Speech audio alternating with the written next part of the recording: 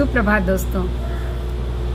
मैं बेंगलोर से डॉक्टर इंदु झुंझुनवाला कवि के साथ कॉफ़ी पटल पर अपनी बात में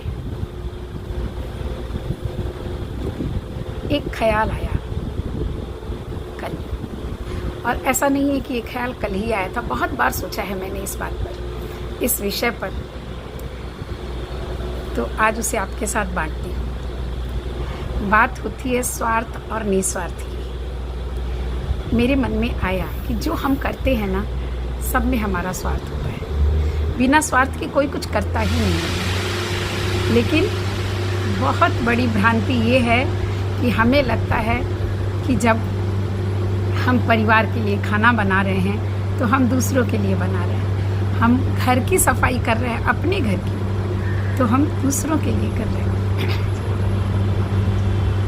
और यहाँ तक कि कभी कभी तो हम जब भोजन करते हैं तो हमें लगता है कि हम सामने वाले को खुश करने के लिए कर रहे हैं। हमें तो अभी भूख ही नहीं थी। बहुत छोटी छोटी बातें हैं ये, और इस पर मैंने बहुत बार विचार किया।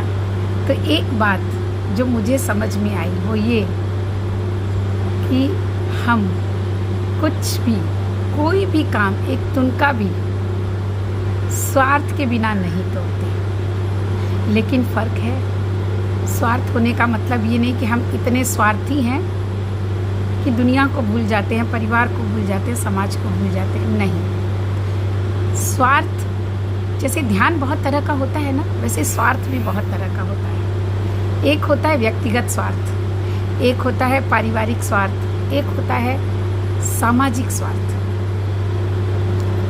और इन सब को जब हम कसौटी पर तौलते हैं ना, तो दो तरह की बात सामने आती है। जैसे आर्त ध्यान और शुक्ल ध्यान होते हैं ना, वैसे ही आर्त स्वार्थ और शुक्ल स्वार्थ होता है।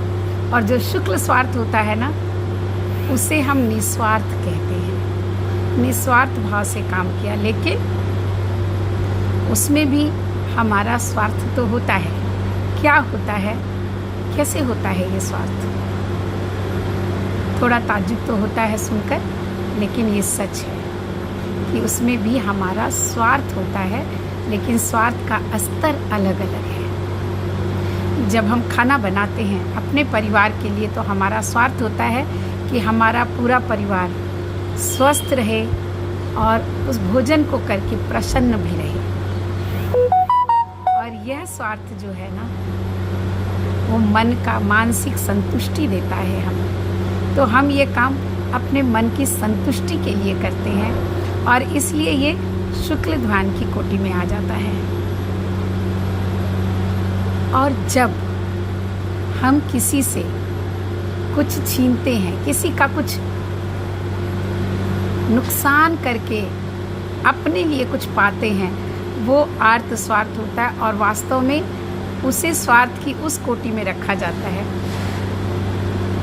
जिसमें कि आप सिर्फ और सिर्फ अपने भले का सोचते हो। जहाँ पर भी हमें दूसरे का भला हम सोच लेते हैं, वो बन जाता है पारिवारिक स्वार्थ। और उससे आगे का केंद्र बिंदु अगर स्थापित करें तो वो बन जाता है सामाजिक स्वार्थ। लेकिन फिर स्वार्थ के दो स्तर बनते हैं, एक भौतिक और एक मानसिक। एक संसार का स्वार्थ, व्यवहार का स्वार्थ, और एक मन की बात। टटोलिएगा अपने मन को कि आप जो भी करते हैं, चाहे किसी को खुश करने के लिए करते हैं या अपने आप को खुश करने के लिए। जब भी हम दूसरों को खुश करने का प्रयास करते हैं ना, तो कहीं ना कहीं हम अपने आप को संतोष का अनुभव अपने अंदर करते हैं, आनंद का अनुभव करते हैं।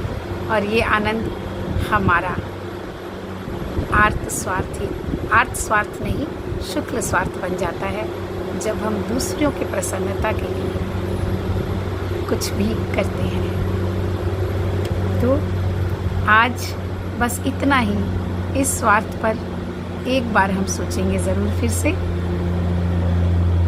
आपका दिन बहुत मंगलमय हो। और हम ये स्वार्थ की बात आज क्यों कर रहे हैं, इस पर हम कल विचार करेंगे, क्योंकि इसका बहुत गहरा संबंध अहंकार से है। बहुत बहुत धन्यवाद आपका।